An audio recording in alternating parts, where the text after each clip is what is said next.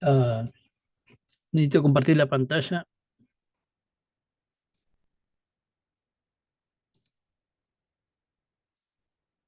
Muy bien.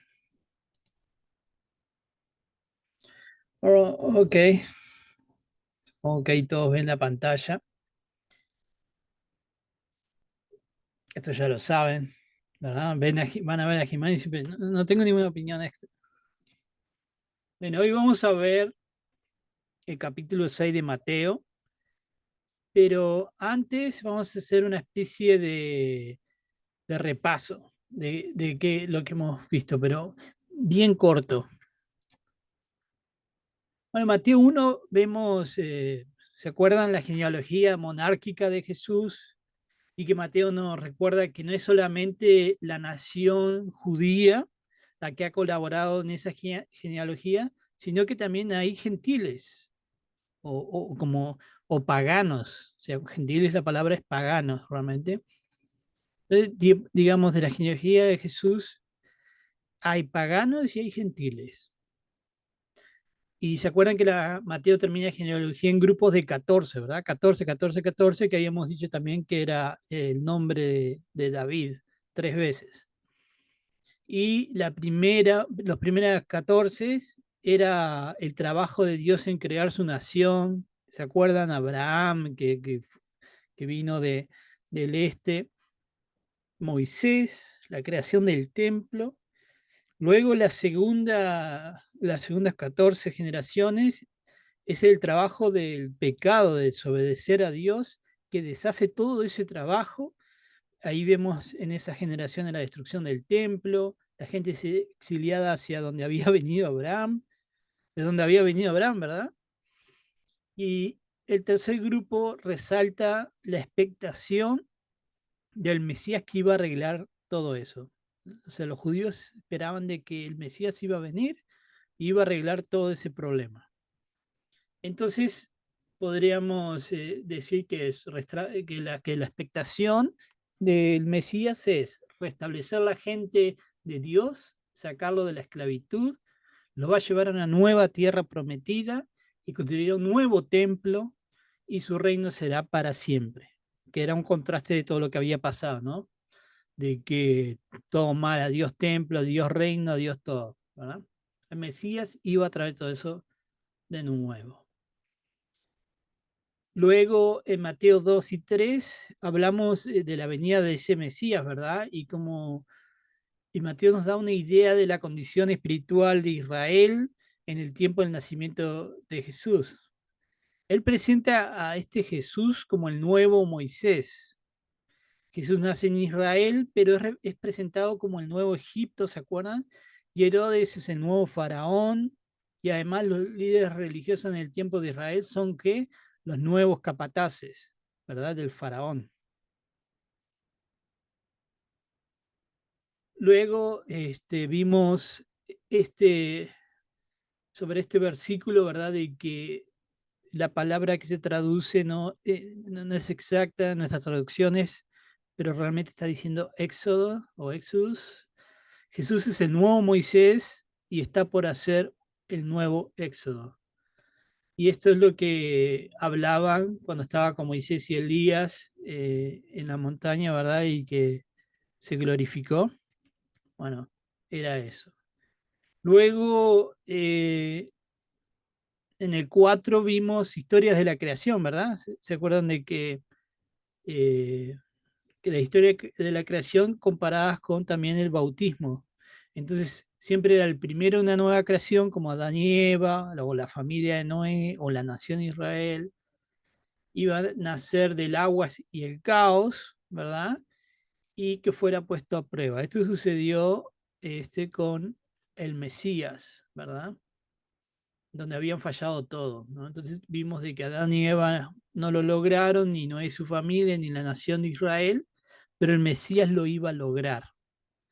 Y él pasaría esa prueba y no fallaría. Luego de eso vimos los primeros discípulos, que usualmente pensamos que instantáneamente siguieron a Jesús, pero aprendimos que el Evangelio realmente nos está mostrando 3 encuentros de estos discípulos antes de finalmente ir con él y aún así, por ejemplo, Pedro, ¿no? A lo último, después de haberse pasado todo ese tiempo con Jesús, regresó a las barcas, ¿verdad? Y Jesús fue a buscarlo ahí otra vez y prepararon un desayuno y fue ahí donde dice, ¿no? Tipo, que le dice Pedro, ¿no? ¿Me amas? Y Pedro le contesta, bueno, ¿dónde estaba Pedro? Bueno, se había regresado otra vez a las barcas, ¿verdad?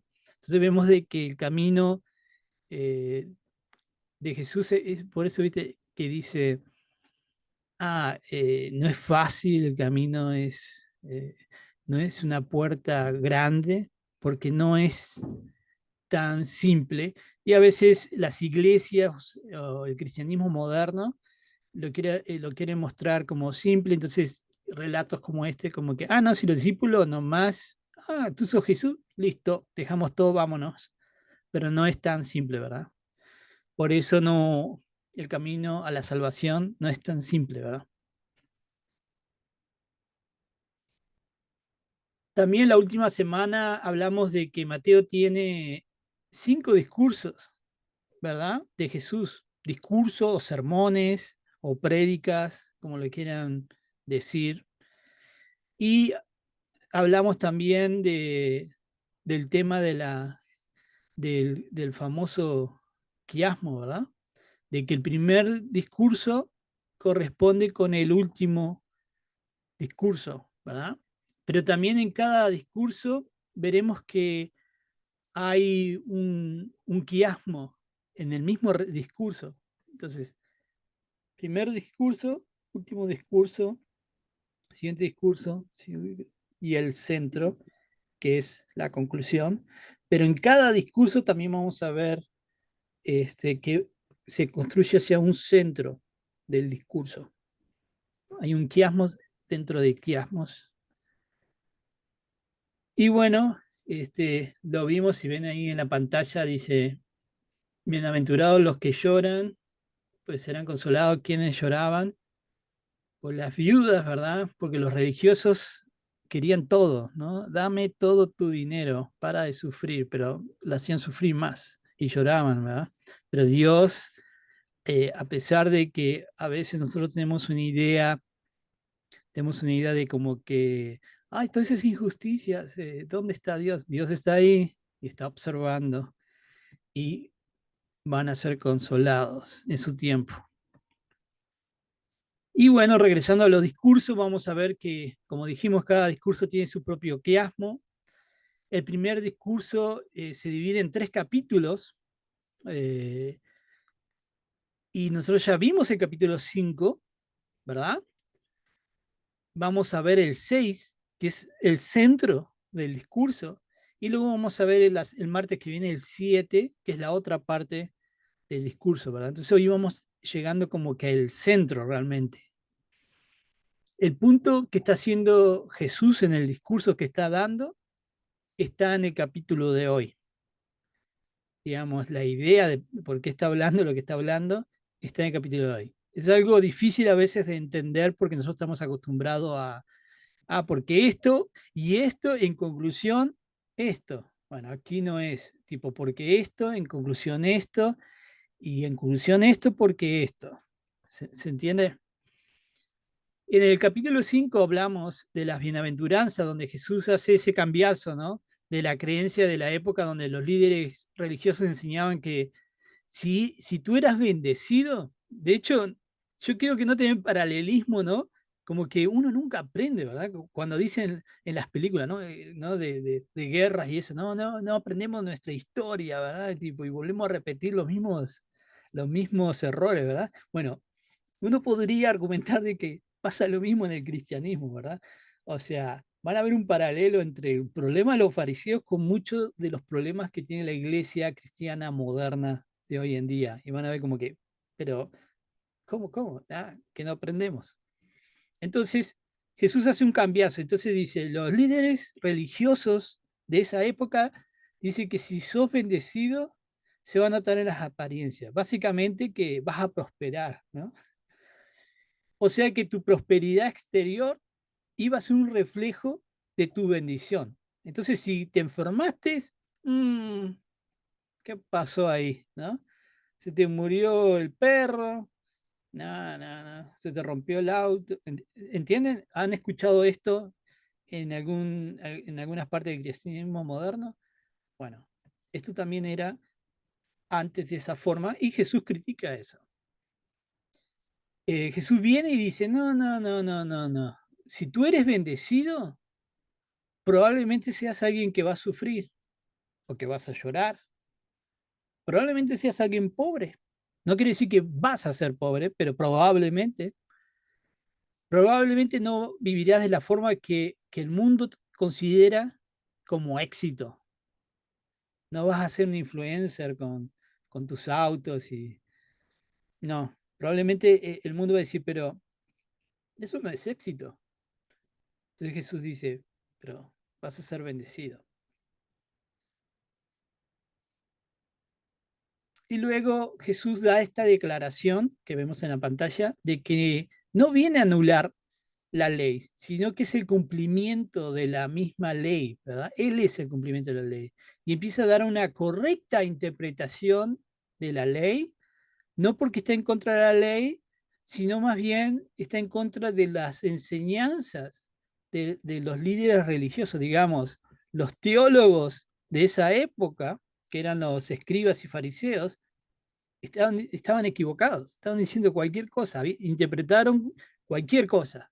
Entonces Jesús dice, ¿se acuerdan? ¿Ustedes escucharon que dijeron esto? No, yo les digo, es esto, ¿no? Como que, no. Y de hecho, cuando termina, vamos a ver que cuando termina este discurso que está pasando en estos capítulos, en el capítulo 7 lo termina, la gente se va a quedar asombrada con Jesús de la forma que enseñaba. Y vamos a adelantarnos un poquito al capítulo 7 al final.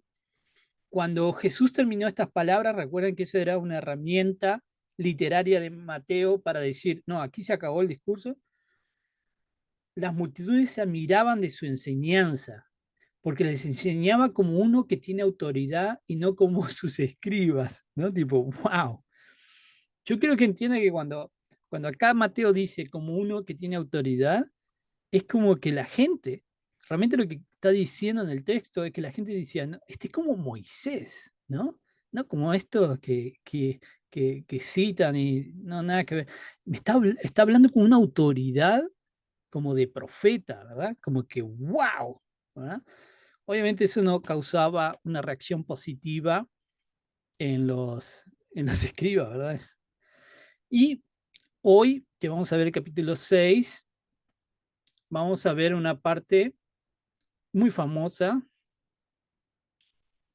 que dice, ustedes pues oren de esta manera, Padre nuestro que estás en los cielos, santificado sea tu nombre. Incluso aquellos que no están familiarizados con la Biblia han escuchado, ¿no? Aunque sean las películas, ¿no? Padre nuestro que estás en los cielos, ¿verdad? Y bueno, es porque el capítulo 6, en medio del discurso, incluye la oración del Padre nuestro.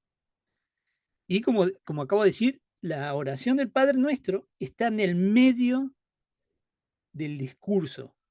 Entonces, ¿qué quiere decir esto? Que la oración del Padre Nuestro sería la conclusión del discurso.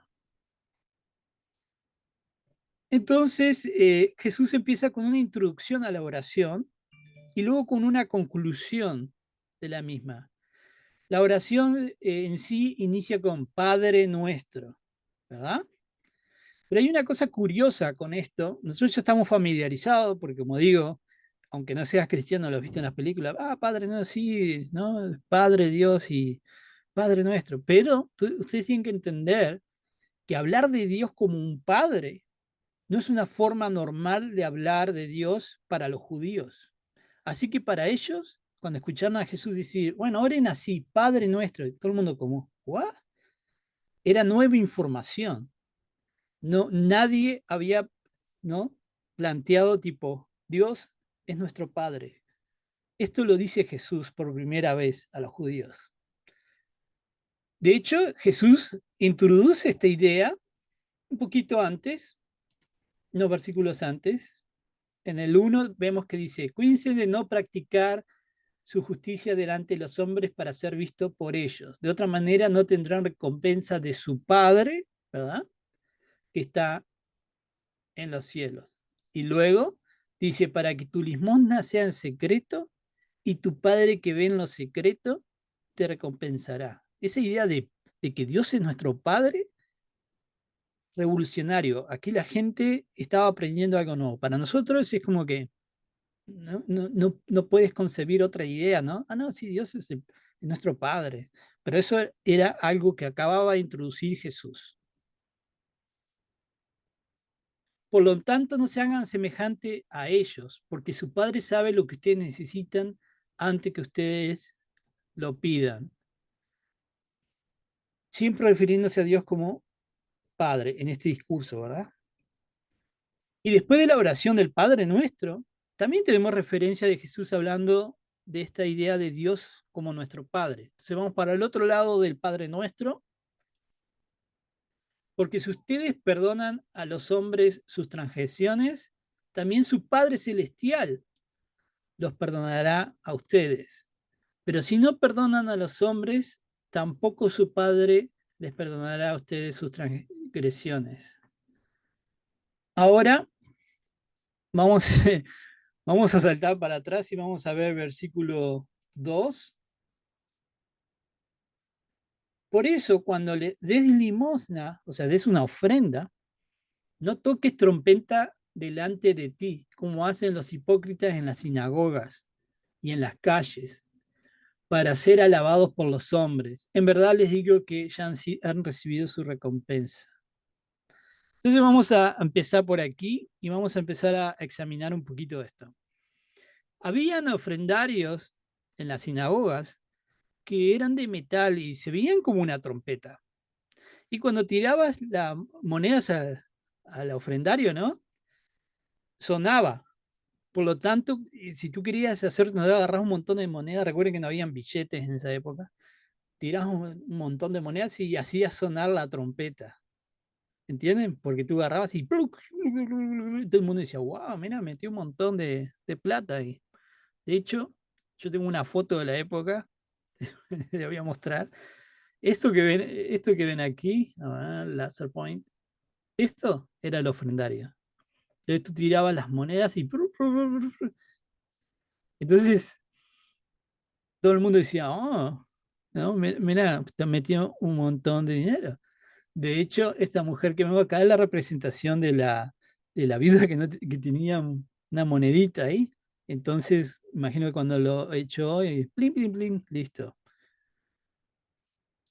Entonces, los otros, que tenían, cuanto más monedas tenías, más sonaba la trompeta, ¿verdad? Entonces, dar una ofrenda y hacerlo notar para que todo lo que sepan que ofrendaste es lo que los hipócritas hacen, ¿verdad? Porque tú estás ofrendando no porque realmente, no, tengo que dar para Dios y la pobre gente. No, no, tú lo hacías para que no te vieran, ¿no? Esperabas el momento que todo el mundo estaba más callado y ¡pluf! Sonaba. De hecho, la palabra hipócrita aparece por primera vez aquí en Mateo. Mateo lo usa por primera vez en esta ocasión. Hipócrita significa literalmente hablar debajo de la máscara y has referido a los actores. En esa época los actores usaban máscaras. Entonces, ¿se acuerdan tal vez del liceo, del tema de los actores que tipo una máscara feliz, una máscara triste, ¿verdad? Así usaban los actores. En esa época se ponía una máscara para representar una emoción o algo. No, no es como ahora que como que actúan, ¿verdad? Sin máscara. Entonces, este, hipócrita significa hablar debajo de la máscara porque estás dando tus líneas, pero la máscara muestra que, por ejemplo, estás triste o enojado o algo así, ¿verdad? Entonces, digamos, no es tu verdadera cara, ¿verdad? La idea es que estás actuando pretendiendo ser alguien que realmente quiere ayudar, ¿verdad? Pero realmente es una máscara. No eres tú mismo, no eres tú mismo. Entonces Jesús está diciendo, ayuden, ¿sí?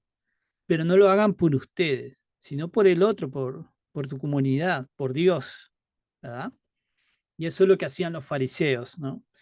Lo hacían para que daban muchas ofrendas a los fariseos. Los fariseos no eran eran bastante generosos, pero lo hacían esa generosidad porque querían, es como las marcas, digamos, un supermercado o algo, tipo, te da un sponsor, pero poneme carteles por todos lados, ¿no? Realmente hay una idea comercial detrás de eso.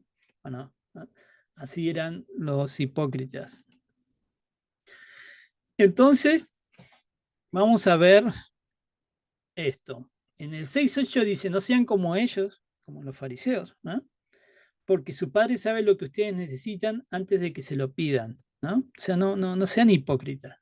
Luego tenemos el Padre Nuestro, y del otro lado dice, porque los paganos o los gentiles andan tras todas estas cosas, ¿verdad? Fama y hacerse ver, ¿verdad? Influencers, ¿no?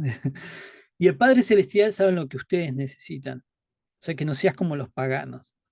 Entonces el Padre Nuestro está contenido en lo que en la teología llamamos un comentario sándwich. Por eso está el sándwich ahí, ¿no? El refuerzo.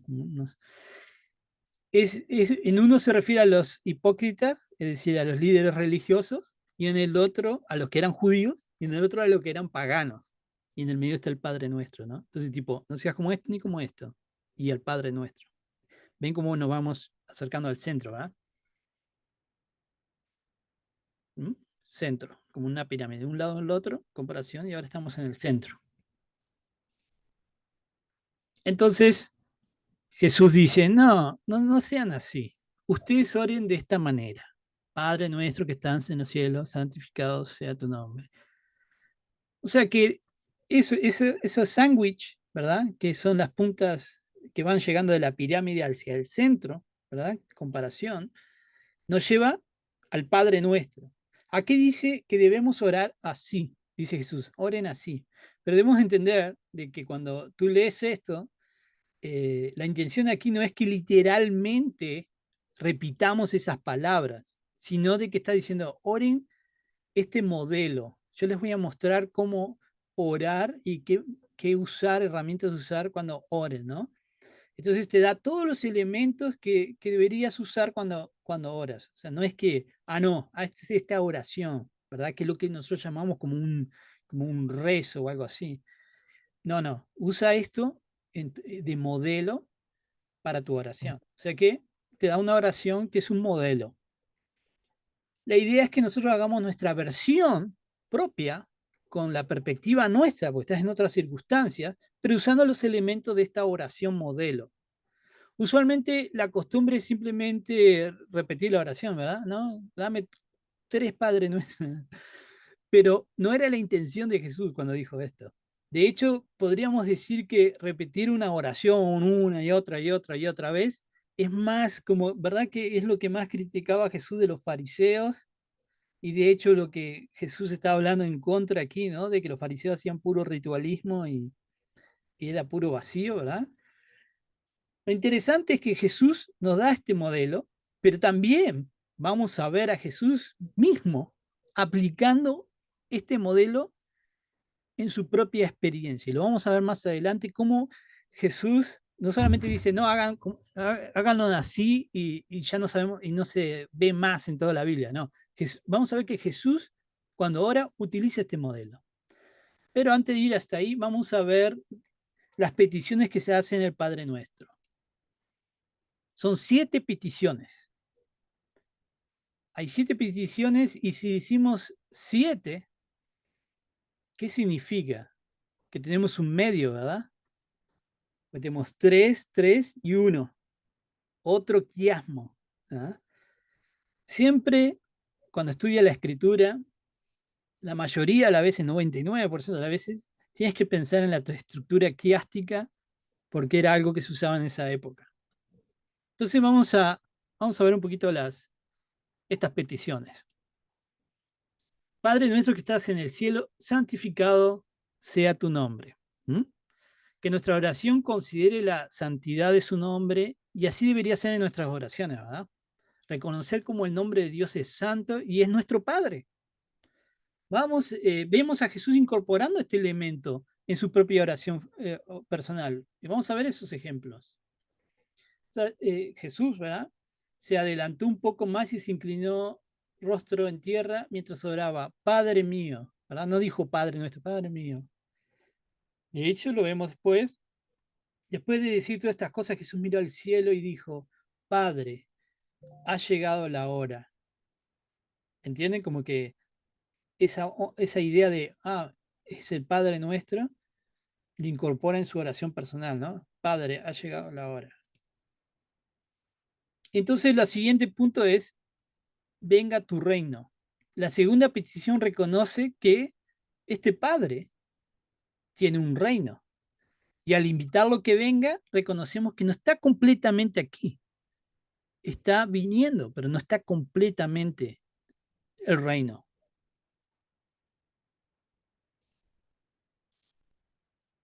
Hágase tu voluntad en la tierra como en el cielo. Entonces tenemos un reino, dijimos, no está completamente, se va a completar cuando Jesús regrese, pero acá nos dice que si hay un reino, hay un rey, Dios es el rey, y este rey tiene una voluntad que a veces no es nuestra voluntad, ¿verdad? A veces, pero es el rey.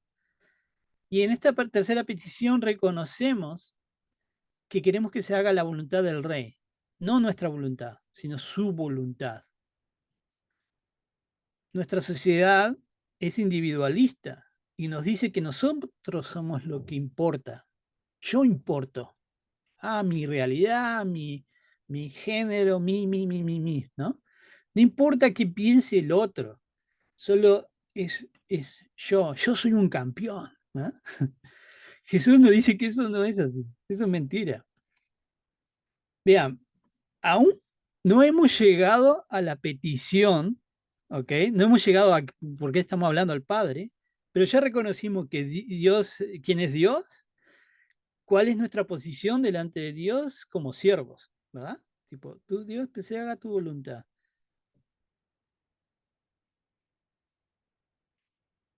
Y aquí lo vemos. Jesús también usando este modelo en su oración. Padre mío, si es posible que pase de mí esta copa, pero no sea como yo quiero, sino como tú quieras. Otras traducciones dice que quiero que se haga tu voluntad, no la mía. Ese es el Padre nuestro, aplicado en la oración de Jesús.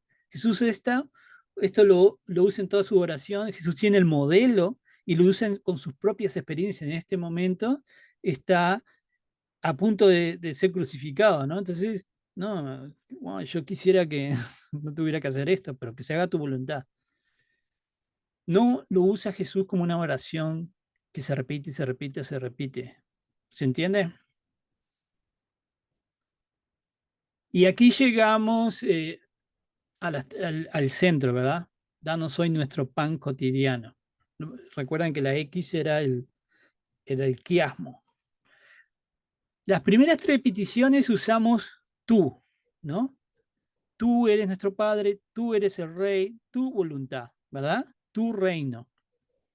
Pero del otro lado del quiasmo vamos a ver que cambia a nosotros. Como dije, no cambia a mí, ¿verdad? Eso es algo moderno, es nuestra cultura, que yo soy un campeón, mi. Él cambia a nosotros, comunidad, ¿verdad? El cristianismo moderno utiliza mucho el mí singular, pero el cristianismo de la Biblia siempre usa el nosotros, nuestro país, nuestra comunidad, nuestra familia, nuestros hermanos. No es solamente yo, porque nosotros somos parte del cuerpo de Cristo, nosotros. ¿No? Yo, y tú capaz, no sé, a ver. O sea, yo, no mí, ¿ok? No es perdóname, es perdónanos nuestras deudas, como también nosotros hemos perdonado a nuestros deudores.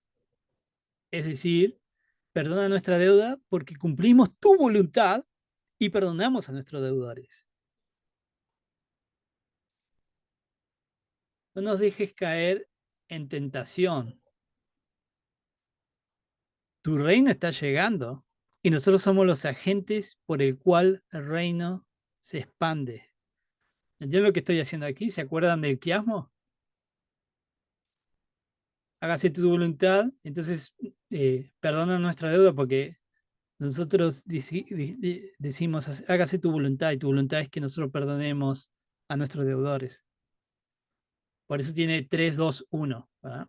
Luego, y no dejes caer en tentación, porque tu reino está llegando, y nosotros somos esos agentes de traer al reino. Somos nosotros que estamos expandiendo el reino en nombre de Jesús. Sino, líbranos del maligno, porque tú eres nuestro Padre, y estamos, mediante nuestras acciones, santificando tu nombre. Por lo tanto, danos hoy nuestro pan cotidiano o el pan diario. El pan diario está conectado a qué cosa? Para la gente que estaba escuchando a Jesús, pensaban automáticamente en el maná en el desierto. ¿Recuerdan la temática Moisés? Jesús es el nuevo Moisés, el maná, ese es el de pan. ¿Qué pasaba con el maná? Dios proveía el alimento diario. ¿Entienden la comparación? Los judíos al toque se dan cuenta de que estaba hablando del maná del desierto. A veces, y eso es culpa de nosotros, las iglesias, el cristianismo moderno, pensamos que, o más bien enseñamos como que esto significa, tienes hambre, pedirle a Dios, ¿no? Tipo una flauta, un pan francés. Dios dame comida, o Dios dame dinero, o tipo, danos hoy nuestro PlayStation, ¿verdad? Pero no es así. Pan cotidiano tiene un significado mucho más profundo que literal pan cotidiano. Recuerden que hemos hablado de que a veces en Mateo nosotros leemos y, parece algo simple, pero si nosotros nos empezamos a leer de cerca, vemos que implica, que está conectado con el Viejo Testamento y implica muchísimo más profundidad de lo que tal vez es obvio para nosotros.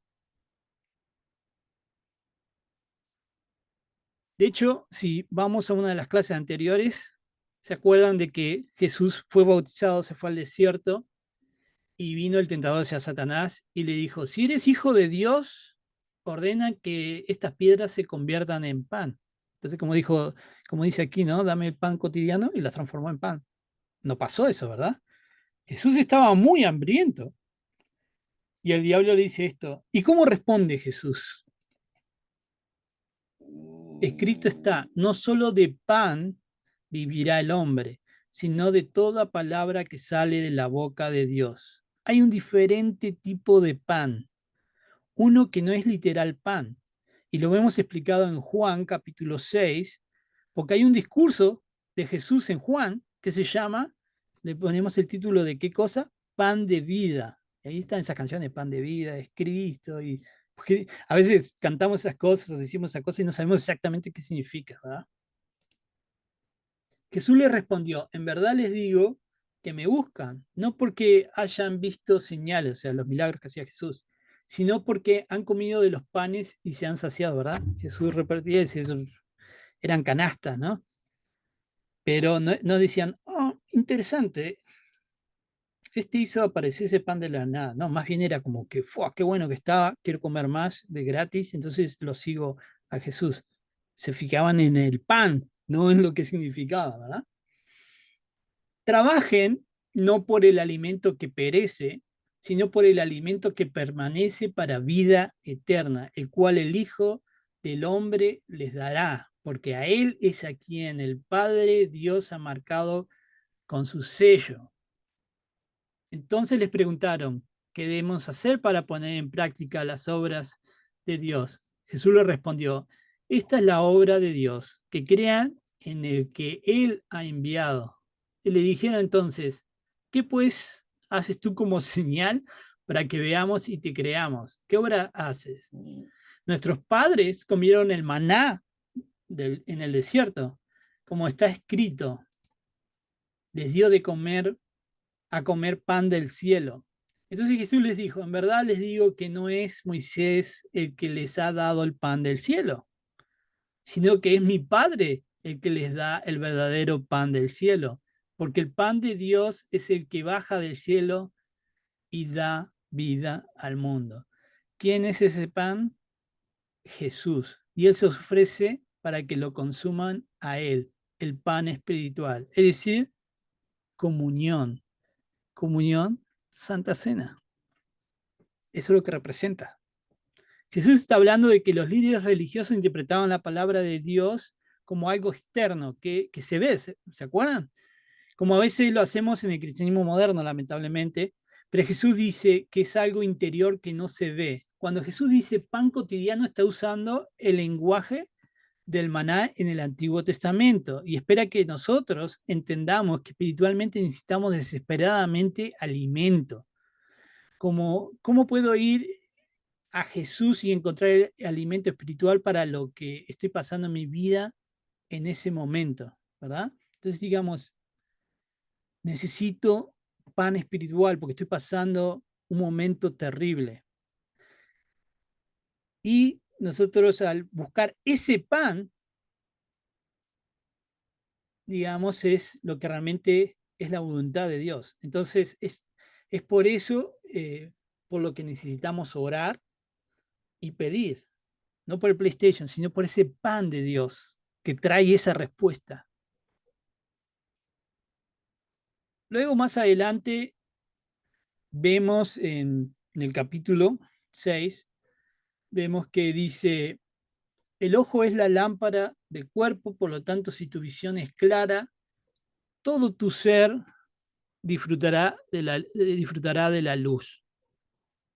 Y bueno, como siempre, y es una temática en esta clase, la traducción de este verso es un poco complicada. La palabra lámpara puede ser, no es solamente, realmente la palabra que aparece en griego no es literalmente lámpara, puede ser luz, puede ser candelabro o una lámpara de aceite.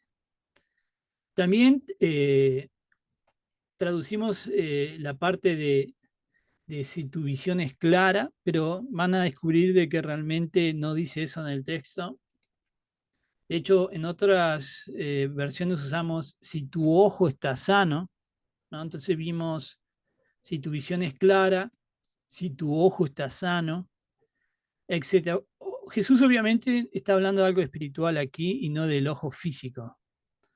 De hecho, vemos lo que dice en el próximo versículo. Ahora van a ver la resolución a esto. Pero si tu ojo está malo, todo tu cuerpo está lleno de oscuridad. Así que si la luz que hay en ti es oscuridad, ¿cuán grande será la oscuridad? Si la luz es oscuridad, wow. Es Yo una comparación. tengo una versión que dice, si tienes ojos puros, habrá luz en tu alma, pero si tienes los ojos nublados de malos pensamientos, Ujú, sumida el alma en oscuridad espiritual, y no exacto. hay más negra que esa. Ujú. Ahora, claro, se traduce de muchas formas porque es muy difícil traducir ese versículo, pero van a ver la resolución de este versículo. Entonces, como decíamos, como tú mostraste ahí en ese versículo, ¿verdad? Habla de un ojo todo bien, un ojo todo mal, ¿verdad? Es una comparación, ¿verdad? Entre un ojo eh, claro o que está bien y un ojo nublado o que está malo, ¿verdad? En griego dice literalmente ojo malo en este versículo y en hebreo también dice ojo malo en este versículo. Y eso es interesante. Eh, es decir, de que según el texto, si tienes un ojo malvado, estás buscando en hacer daño a otros y sacarles algo, ¿verdad? Tienes un ojo malvado, se entiende mejor, ¿verdad? De hecho, se utiliza en los dos idiomas. Para entender mejor estos versos, siempre tenemos que ir al Viejo Testamento, que es de donde Jesús está tomando las referencias.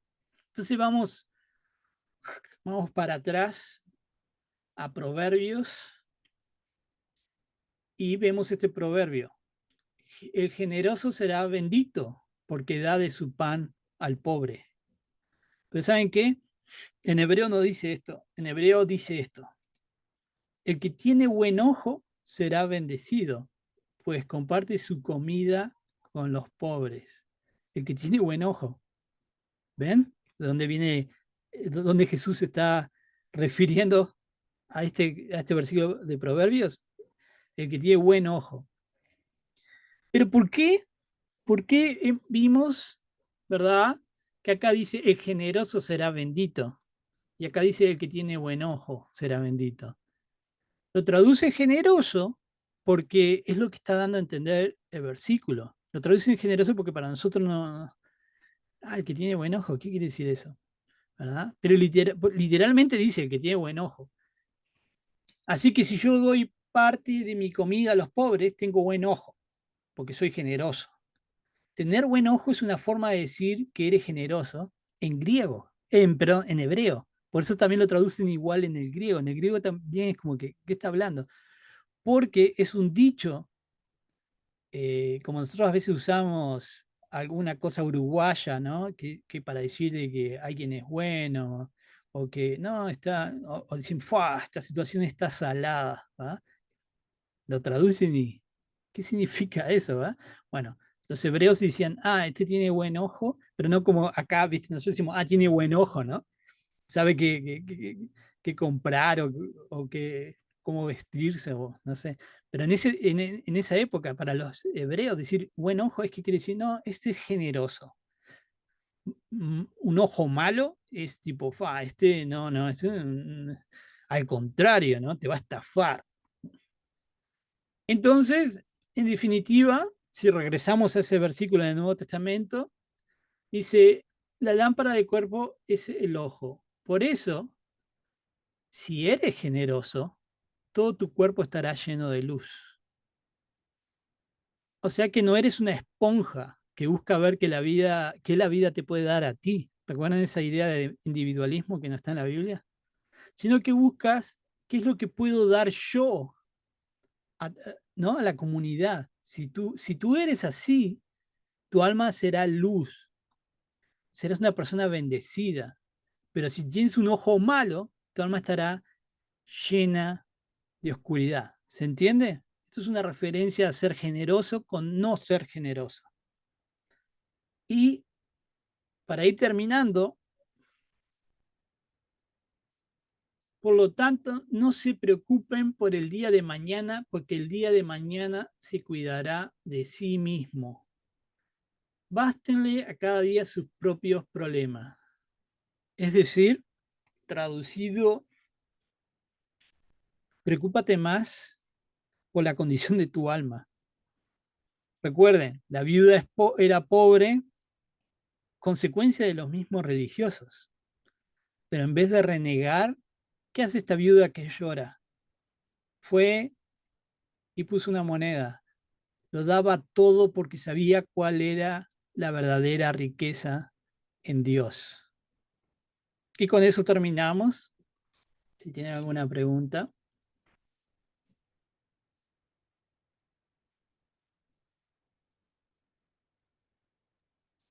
Las preguntas son gratis.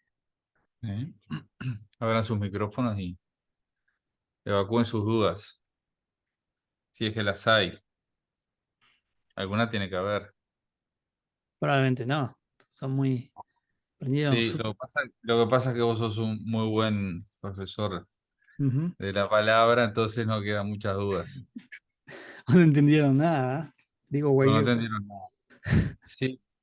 No, yo estaba reflexionando, ¿no? En esta parte del ojo, el famoso ojo, como dicho, ¿no? Se refiere, nosotros eh, tenemos una manera de mirar el mundo y las cosas, ¿no? Si tú la miras de una forma, te suceden determinadas cosas, y si tú la miras de otra, otra, ¿no? A veces hay gente que mira las situaciones y todo lo mira con desdén, con desánimo, o buscando su propia ganancia, sus propias cosas. Y también puedes mirar las cosas con generosidad, el mundo que te rodea con generosidad, con más pasión, ¿no? Mirar, entonces creo que se refiere también un poco a eso, ¿no? A cómo uno mira es lo que ilumina es decir, no sé si me estoy explicando, como uno mira lo que lo rodea, es lo que uno termina siendo, ¿no? Si tú miras todo como que todas las personas son malas, tú miras, tu interior se llena de oscuridad porque lo único que miras es la maldad en la gente. Pero si tú miras otro tipo de cosas o reaccionas, digamos, con otro tipo de actitudes según la manera que tú tienes de ver este mundo, eh, la cosa puede cambiar, ¿no? Y obviamente, centrado bien en la palabra que estaba compartiendo, sin irnos del tema, porque no buscarle otro significado que diferente, ¿no? También puede referirse a eso este dicho, ¿no? De que es la manera que uno mira. Es decir, yo miro esto, veo el necesitado y de repente miro, no, ¿qué le voy a dar? Mejor me quedo con esta plata que a mí me va a hacer bien. En Ya, vez de un dar, ejemplo, especialmente lo que se refería a Jesús, obviamente están los fariseos en esa época, y vamos a hacerlo con un ejemplo moderno, ¿no? de nuestro cristianismo y cómo la iglesia moderna a veces ve las cosas, ¿no? Tiene un ojo bueno o un ojo malo, ¿verdad? De repente tenés iglesias de que trata de hacer algo por su comunidad, realmente trata de hacer una diferencia, dar de comer a los pobres, y tal vez la gente dice, el mundo, dice, esa no es la forma. ¿Se acuerdan de que yo dije de que el mundo ve el éxito diferente? Entonces, cuando, cuando Dios Jesús dice, ah, sí, está todo mal, pero tenés éxito porque heredaste el reino. Y el mundo dice, wow, míralo, se cae a pedazos. De la misma forma, a veces, digamos, lo secular puede decir, eh, si tú das mucho a los pobres, luego se van a abusar de ti. Entonces ya se trata del pobre, ¿no? Y no de lo que tú tienes que estar haciendo al ser cristiano, ¿verdad? De que a ti no te importa que la persona haga con eso, digamos, la voluntad de Dios es que tú ayudes a las personas. Y es Dios el que juzga. Entonces, digamos, para un ejemplo moderno, una iglesia de que va y ayuda a la comunidad, da a la comunidad, ¿no? O sea, ayuda a la comunidad sin esperar. Por ejemplo, va y da de comer a la gente, programas de comida, pero no espera de que esa gente, o pone una condición que esa gente llegue a la iglesia para recibir este, ese paquete de comida o ese paquete de ayuda. No, como condición tienes que venir el domingo. Eso es tener ojo malo, porque realmente tú no estás, tú sos egoísta, porque realmente lo que te interesa a ti es que venga a tu iglesia y llene las bancas de tu iglesia, ¿no? Y haga números, y no tanto te interesa de que esa persona pueda dormir con un estómago lleno, o que esos niños tengan un estómago lleno esa noche, aunque no vengan nunca a tu iglesia. Porque, digamos, en el cristianismo moderno, como que secuestramos a la gente, o tal vez coercemos a la gente con nuestra generosidad. Mientras que en el tiempo de Jesús, tipo, tú hacías las cosas, Jesús liberó demonios, liberó gente, dio de comer a gente que luego no lo siguieron y probablemente le estaban gritando, crucifíquenle en el momento pero Jesús no lo hacía porque, no, como que, no, yo quiero que tú me sigas. Esto de 12 discípulos es muy poco, necesitamos tener unos 500 discípulos. No, lo hacía porque Dios quiere, es justamente eso de llevar el reino, todavía no está aquí, pero tú vas trayendo un pedacito de ese reino, un teaser, como cuando hay una película de Marvel y te ponen unas imágenes, ¿no? Un tráiler, ¿no? Un tráiler de lo que va a lucir el reino. ¿Qué tiene el reino? No vas a pasar hambre, no vas a pasar enfermedad. Entonces, ¿nosotros qué hacemos? ¿Podemos acabar con el hambre en el mundo? No, pero tal vez yo te puedo dar un, un trailer, un, un pequeño muestra de eso, haciendo que tú esta noche puedas comer. Tal vez te pueda dar una muestra de esa sanidad del reino, haciendo hospitales donde no hay hospitales, trayendo doctores donde no hay doctores, para traer un poco de lo que representa la sanidad de Dios. Entonces, Cuando tú tienes un ojo bueno, tú lo haces porque realmente quieres cumplir la voluntad de Dios y dar esa generosidad sin ninguna agenda, solo el dar, ¿no? Y tú tienes ojo malo, como los fariseos, cuando hacían generosidad y cosas así, pero tenían toda una agenda de que se viera bien en sus estadísticas y números y que la gente lo viera como que, ah, qué buena persona que eres. Por eso habla mucho de Dios, hacerlo en secreto, pero realmente lo que está diciendo es, no sé, hay una cosa que a mí me molesta mucho es cuando ves esos videos de YouTube, ¿no? Que van y muestran, no, mira, le estoy dando esta pizza a este pobre hombre, ¿no? Y se filman, ¿no? Tipo, dale la pizza, ¿por qué tienes que filmar? Porque realmente tienes un ojo malo, no un ojo bueno. Si tuviera un ojo bueno, le hubiera dado la pizza y punto. Pero como tú tienes un ojo malo, tenés que grabarlo porque necesitas verte como bueno. Entonces tú recibes tu recompensa aquí en la tierra, pero no recibes tu recompensa porque Dios te va a decir, no, ya tuviste como 50.000 likes, ¿no? Ahí está tu recompensa.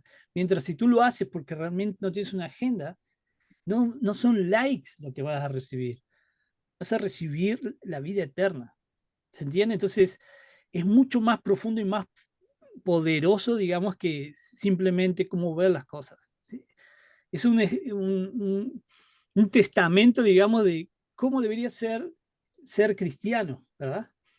Y que a veces la iglesia moderna fallamos y por eso por eso la gente a veces nos ve negativamente. Pero la buena noticia es que no todos los cristianos somos así.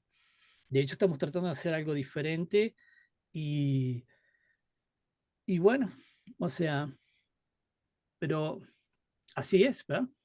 ¿No tiene alguna Yo otra? creo, perdón, ¿hola? Sí. ¿Se escucha? Que no es solo de dar así, tipo, de ayudar. Puede ser ayudar, creo que en muchas formas, ¿no? O sea, desde un consejo, siempre desde el lado bueno.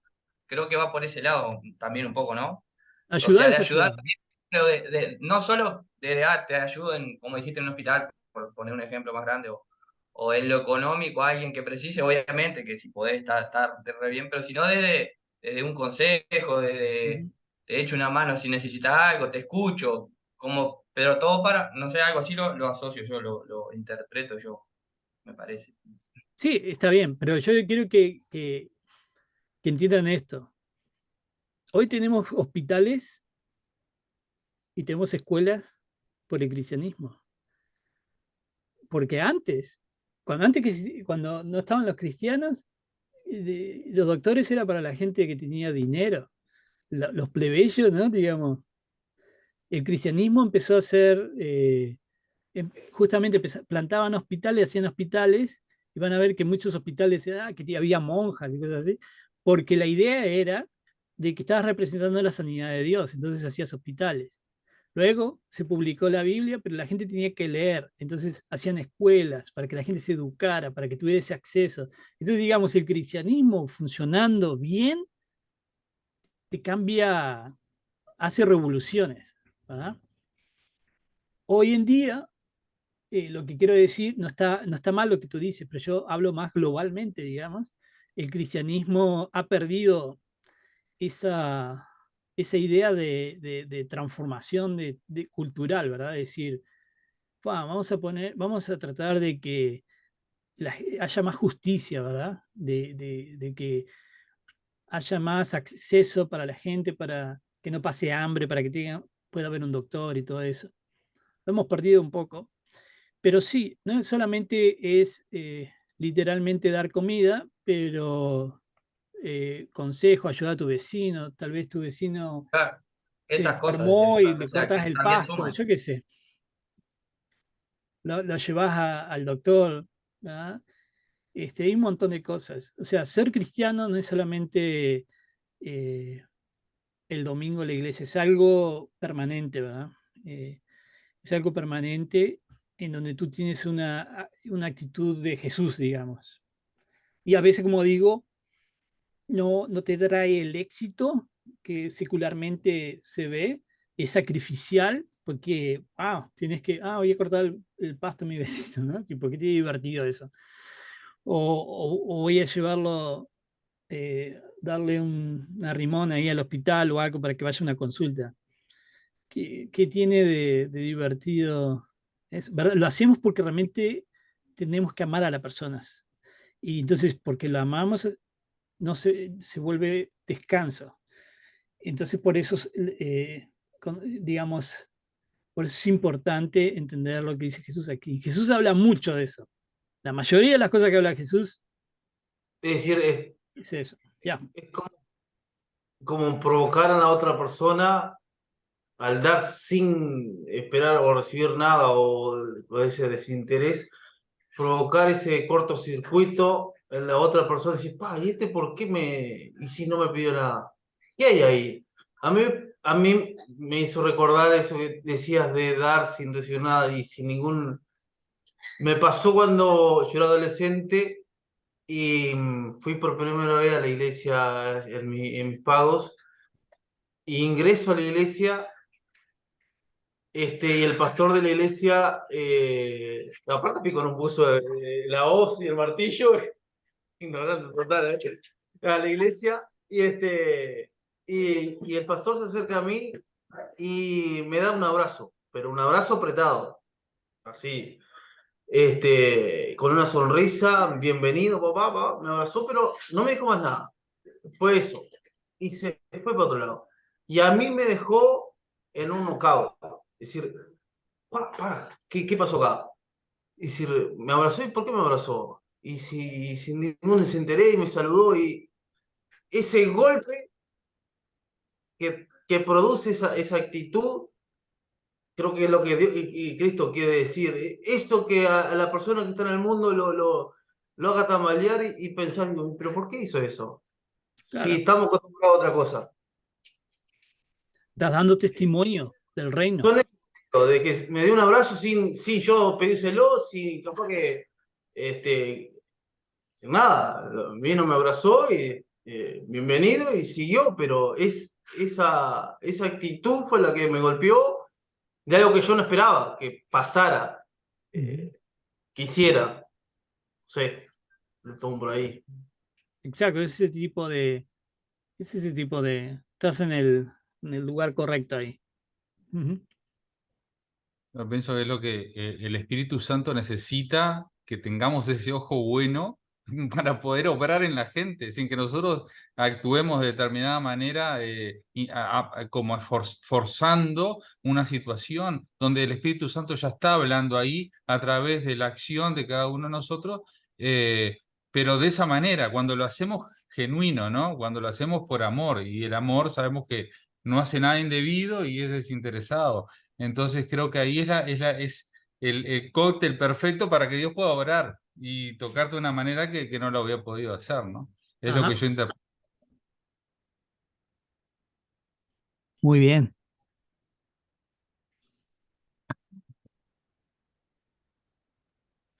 Bien. ¿Alguna? Está- no, está bueno, quería agregar esto, estaba pensando que está bueno, a medida que avanzamos en el estudio, notamos que nos empieza a interpelar más, ¿no? Nos empieza a hablar más a nuestra realidad, porque nosotros vemos, bueno, estas cosas pasaron en aquella época y los fariseos y todo eso, pero 2000 años para atrás, pero sin embargo nos interpela que nosotros a veces podemos llegar a tener esas actitudes, porque todas los hemos tenido ese tipo de actitudes. ¿No? Sin querer o queriendo, dijera, ¿cómo es? Dijera el Chavo del 8, pero sin querer queriendo a veces las tenemos, ¿no? Entonces, bueno, está bueno que la palabra para eso está, que nos interpele también, ¿no? Ya. A mí me pasa que, perdón, me pasa que yo lo leí el otro día, antes de la clase, y porque yo soy bastante nuevo leyendo la Biblia, digo, reconozco, y tipo, me chocó que o sea, todo me sentí en muchas cosas reidentificado. O sea, yo si esto escrito hace tanto y tan identificado ahora en las cosas que nos pasan. Por eso esta clase me re gustó. Like. Es Hablando de interesante. ojos malos, ¿no? Hablando de sin Y bueno, importante también que si entendieron la estructura quiástica de que La oración del Padre Nuestro, el centro del Padre Nuestro es darnos el pan cotidiano, que literalmente es darnos el Espíritu Santo para que nos ayude en el problema, y como que el Espíritu Santo nos va a dar la solución, que tal vez no es la solución que nosotros queremos a veces o esperamos, pero es la solución correcta. Entonces, digamos, ese es el alimento diario. Y entonces, esto también tiene más significado en el sentido de que al ser el alimento diario, el pan cotidiano, pan de cada día, es que tú tienes que tener esa alimentación con el Espíritu Santo cada día de tu vida. No es solamente, digamos, como que el Espíritu Santo, o sea, Dios, es esa comida. Es como que si tú no estuvieras comiendo, ¿verdad? Y espiritualmente, digamos, empiezas a pasar hambre y llega un momento que todo mal. Bueno, cada día tenemos que buscar ese alimento diario. Y cuando lo haces, mediante oración, meditación, ¿verdad? Como no meditación trascendental, pero meditando, ¿no? A veces puedes orar, a veces puedes orar, pero como meditando, ¿no? Escuchando a Dios y meditando sobre Dios y su palabra. Este, Cada día, cada día, cada día, y empiezas a notar cambios, empiezas a notar la diferencia, porque empiezas a abrirte más a Dios, y, y lo que Dios quiere es que tengas ese descanso, ¿no? No quieren meterte cargas. Nosotros somos los fariseos que en el cristianismo moderno, como los fariseos de antes, hemos metido carga a la gente, ¿no? Como que se sienta culpable de todo lo malo, que necesito ser bueno para ir a la iglesia. Eso no dice la Biblia para nada, ¿verdad?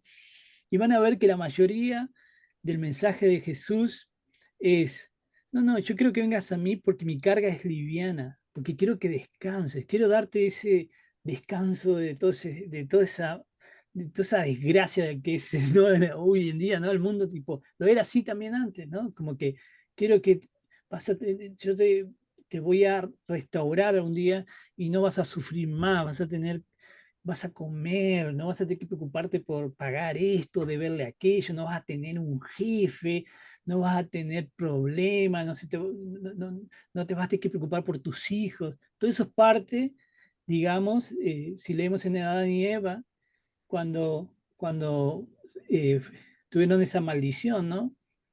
A Eva se le dio, de hecho, la lectura correcta de ese versículo que voy a decir no es que le aumentó los dolores del parto, ¿no? Si tú lees en el original, lo que dice es que la mujer iba a tener mucha ansiedad al enterarse de que estaba embarazada, porque no sabía cuál iba a ser el futuro de sus hijos, si iba a nacer, si iba a morir cuando nacer, qué va a pasar cuando crezca. Toda esa ansiedad que a veces los que somos padres, tenemos nuestros hijos, qué va a ser de ellos cuando yo no esté, y todo eso.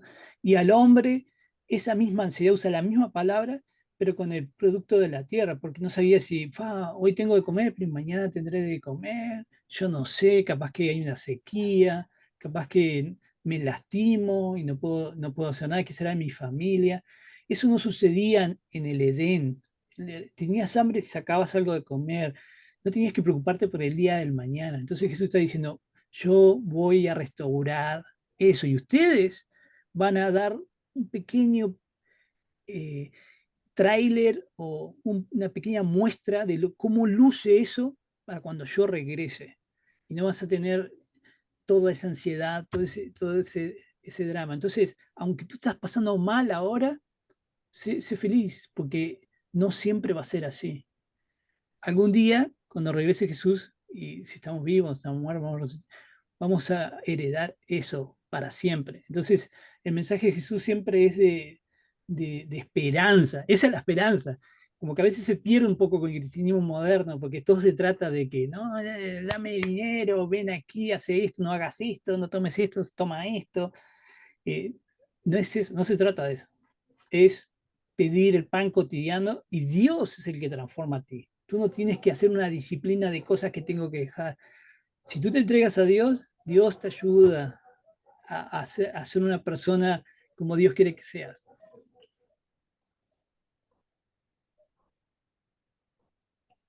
Excelente. Vamos bien. Ya. Próximo martes. Próximo martes. Y inviten a otra gente, inviten a sus amigos. Nosotros estamos grabando los videos, pueden pasar los links de los videos. Y es bueno ser parte de esto. No es solamente conocimiento, es algo vivo, ¿verdad? Que vamos a vivir, que estamos viviendo. Y yo les quiero mostrar a través de este estudio, no es de que, qué bueno, mira todo lo que sabes, sino de que hay algo más profundo, de que Jesús realmente traía algo profundo y que te volaba la cabeza. Imagínate, hace 2000 años esto era como que, wow, ¿qué está diciendo, no? Tipo, realmente la gente que lo escuchaba decía, wow, este es el Mesías, ¿verdad? Cuando lograba escuchar y abrir su corazón, decía, no, wow, impresionante. Por eso los cristianos, los primeros cristianos morían por esta idea. No importaba que se lo comieran leones, porque no importaba, o sea, ningún cristiano al principio vivía muy bien, la mayoría eran pobres, porque no importaba, sabían de que después iban a tener esa vida plena y rica, digamos, la verdadera riqueza, digamos, que no era lo material. Muy bien. Entonces, próximo martes, a la misma hora. Luis tiene ahí el canal de YouTube, están todos los videos, se los sube enseguida, se pueden ver después de la clase. Si entran al link, cualquier link de los videos que hemos pasado, ya sea en el grupo de la iglesia o lo que sea, ya está en el canal, se suscriben al canal y ya pueden ver todos los videos. Y se los pueden pasar a otras personas. Ya. Así que, bueno, si no tienen el link del canal, se los pasamos para que los puedan ver y los puedan tener y los puedan repasar, porque está bueno. Y también para que los pasen a otros, ¿no? O si, por ejemplo, Pablo, que hoy no estuvo, el que viene manejando siempre en el auto, no sé si se olvidó estará de guardia o alguna cosa rara, pero él lo puede ver después Yo no vi que estaba de guardia. Está de guardia. Estaba de guardia, sí. Sí, sí, me imaginé que estaba en algo de eso, que estaba de guardia. Pero muy bien, así que estamos... Después, Sí, no, que me pasaba el link del canal después. sí, sí, sí. Ahora lo vamos a poner en la iglesia, en el grupo de la iglesia, y después se lo paso a Daniel también y a Wilson ahí para que lo tengan. Bien, bien. Así lo tenemos todos. Bueno, Dios los bendiga mucho. Estamos despedidos.